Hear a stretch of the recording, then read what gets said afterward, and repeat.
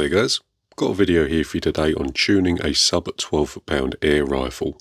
What we're going to be doing in this video is using the lane 5-bar method to set this rifle here, the Epic 2, to its most efficient point.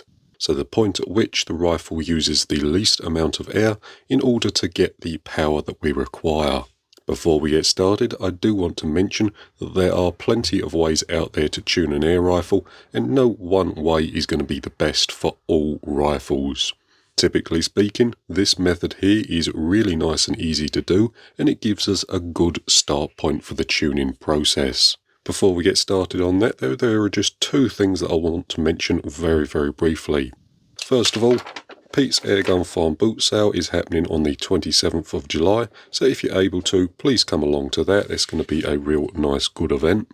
You can find more details on the Facebook page, or I'll give you a nice close look at the little brochure there, so just pause the video and have a read on that if you're interested. And then the second thing I want to say is a massive congratulations to Lord Christopher Patterson. He finished 12th in the Precision Marksman Sportsman bracket, which I think is an absolutely fantastic achievement, especially when you consider his competition rifle was seized on the way out to the event.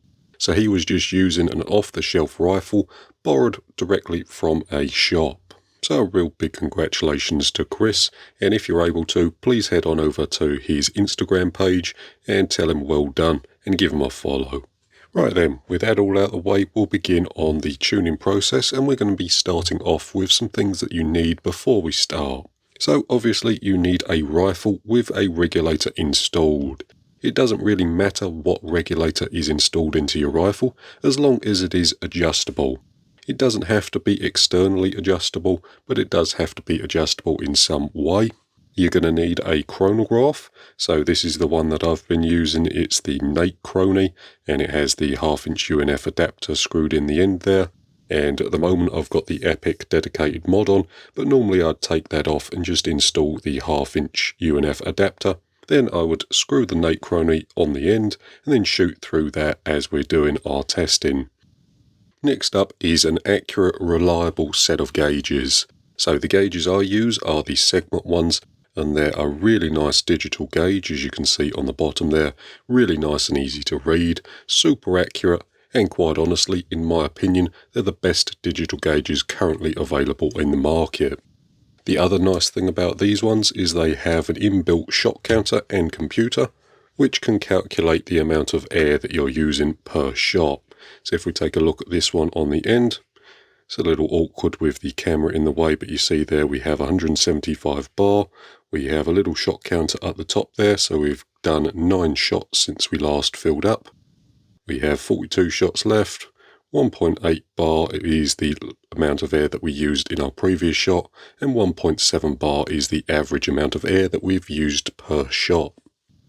I do have a full video review of the gauges on the channel, so I'll leave a link to that in the description below, as well as a discount code for 10% off.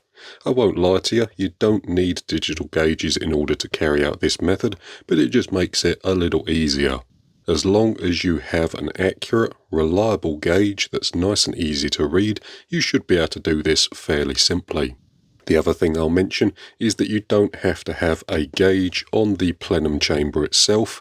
If your rifle doesn't have a dedicated rig gauge, I will detail a method at the end of this video in which you can use the bottle pressure gauge. Right then, the next thing to do is get yourself set up either downrange or at your chronograph station. With that done, we can start on the method. Now the method is going to vary very slightly depending on how you adjust the regulator in your rifle. This rifle here has a fully externally adjustable regulator, which can be adjusted both up and down whilst the rifle's pressurized. For this particular rifle, all I would do is start with the reg pressure set down at around 60 bar. So we have our adjuster here. I would turn that out and then dry fire the rifle into a nice safe direction until our gauge read 60 bar.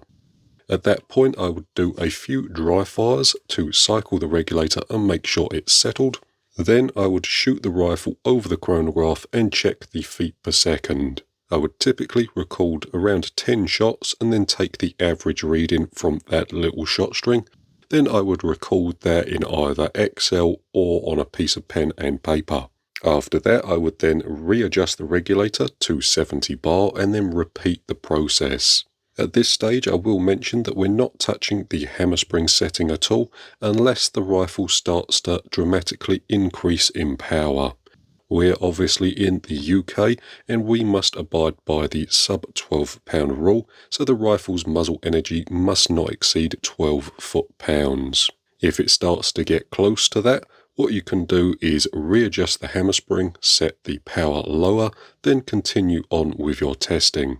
Once the 70 bar step has been complete, we can repeat the process for 80, 90, 100, 110 and so on.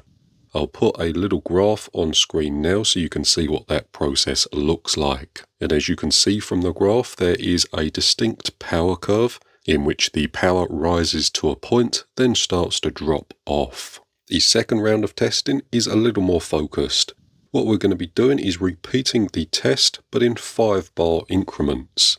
Now, obviously, we already have the results from the initial testing, so we don't need to set the regulator back down to 60 bar. We can start at 90 and then work our way through. And again, that process would be to set the regulator to say 90 bar, then dry fire the rifle a few times to settle the regulator. Take our shots, record the average, and then readjust to 95, 100, 105, so on, recording the results as we go. This second round of testing is a little more targeted, and as you can see from the graph on screen now, the peak is a little more pronounced. The highest point in the power curve is at around 105 bar for the set pressure of the regulator. And setting the regulator here gives us the most amount of power for the least amount of hammer spring. So the point at which the rifle uses the least amount of air for the most amount of power. If your rifle doesn't have an externally adjustable regulator, the process is very slightly different. What you need to do first is take a note of your current settings for your rifle. So your rough reg pressure, your power, your hammer spring setting, as well as roughly how many shots you're getting, that sort of thing.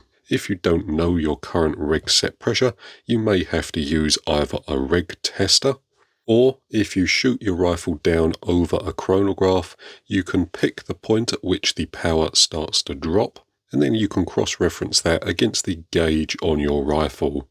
That should give you a rough idea of what your current reg pressure is currently set to. With that done, the next thing to do is disassemble your rifle and remove the regulator from the gun. You can then take your calipers and take a rough set point for the regulator adjuster screw. So as you can see there, about 5.5mm on this particular one. With that said, we can then set the regulator to a pressure outside of our testing. So for example, I typically test between 60 bar and 130.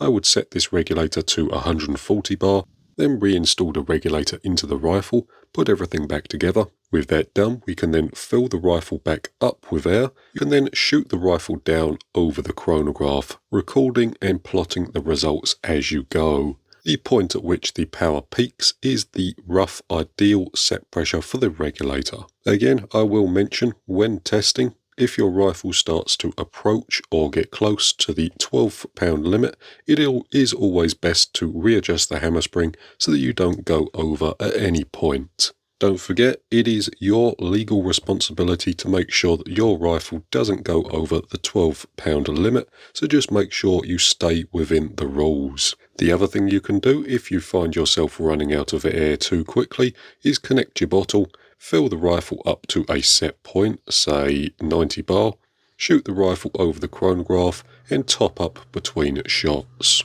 After you've found your set point for your regulator, all you would then do is disassemble your rifle once more, take the regulator out and then set it to your ideal setting, either using a reg tester or by the use of trial and error.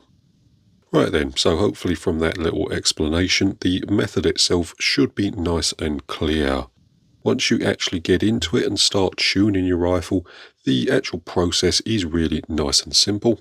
And for me personally, it's quite a fun experience. With that said, the next thing I want to do is just talk through some advantages and some disadvantages to this particular tuning method, and then at the end of the video I'll just go over some brief experiences I've had when using this particular method. So starting off with the positive advantages. So firstly, it's really nice and easy. I'm pretty sure that this particular method could be done by pretty much anyone, especially if you have an externally adjustable regulator. Most rifles respond really quite nicely to it, and it gives you a real good start point for your tune. The second advantage is the efficiency.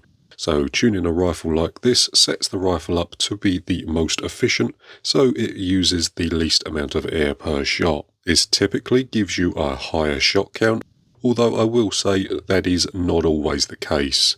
Sometimes, especially on rifles with the short barrels and that are less efficient, having the regulator set slightly lower gives you a larger amount of usable air, so the shot count would be slightly higher with the reg pressure set slightly lower. But typically speaking, it will be a nice efficient setting and you'll get a nice shot count out of the rifle. Speaking of efficiency, the other main advantage to that is that there's less turbulent air coming out of the barrel behind the pellet. So when we fire the rifle, a puff of air is forced through the transfer port and this pushes a pellet out the end of the barrel.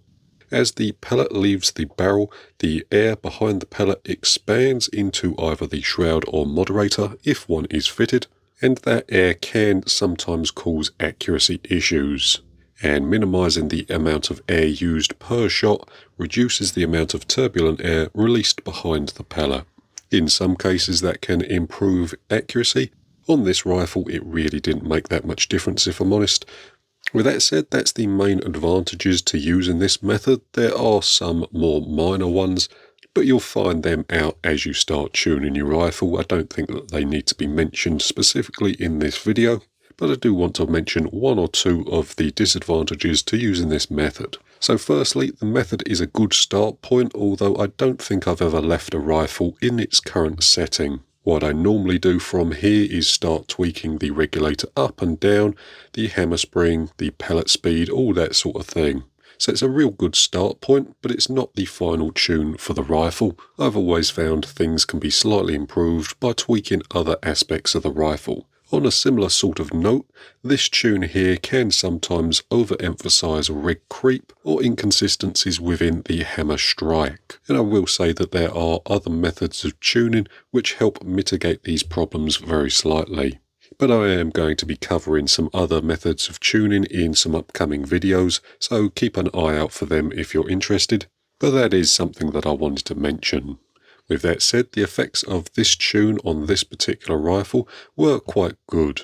We got an improved shot count as well as a slightly better performance over the chronograph, so the rifle was slightly more consistent. From the factory, this rifle here was doing around 45 shots from the factory, and with our new valve and our new tune, we've managed to bump that up to around 70. So 45 shots from a 200 bar fill to around 70 shots from the same 200 bar fill. So I'm quite happy with that for a start point. The last thing I'll go over is just some experiences that I've had when using this tune.